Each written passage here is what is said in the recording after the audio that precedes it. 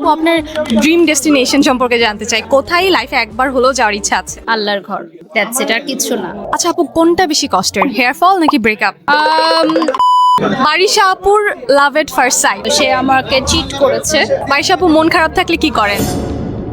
সব সময় সৃষ্টিকর্তাকে ধন্যবাদ জানাই যে আজকে আমাকে এই সুন্দর সকালটা দেখিয়েছে। আচ্ছা আপু, আজকে সকালে যখন ঘুম থেকে উঠেছেন ফার্স্ট থটটা কি ছিল?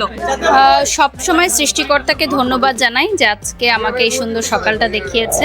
আপু আপনার ড্রিম ডেস্টিনেশন সম্পর্কে জানতে চাই, কোথায় লাইফে একবার হলেও যাওয়ার ইচ্ছা আছে? আল্লাহর ঘর, দ্যাটস ইট, আর কিছু না। প্ল্যান আছে? হ্যাঁ, ডেফিনেটলি, ভাগ্যে থাকলে যাওয়া হবে ইনশাল্লাহ। আচ্ছা আপু, কোনটা বেশি কষ্টের, হেয়ার ফল নাকি ব্রেকআপ?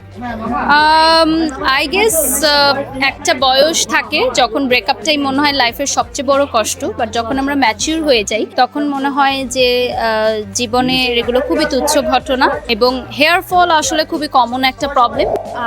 অনেকে আপু ব্রেকআপের পর চুল কেটে ফেলে, আপনি এটার পক্ষে না বিপক্ষে?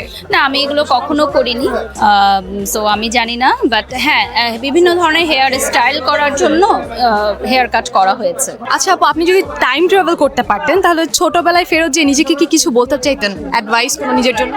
ডেফিনেটলি ছোটবেলায় ফেরত গিয়ে জীবনে যে ভুলগুলো করেছি সেগুলো ইগনোর করতাম।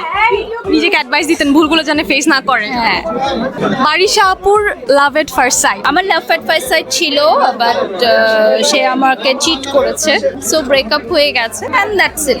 বারিশা আপু মন খারাপ থাকলে কি করেন? একদমই চুপচাপ থাকি, নামাজ পড়ি। মন খারাপ থাকলে নামাজ পড়লে মন ভালো হয়ে যায়। Thank you. Thank you.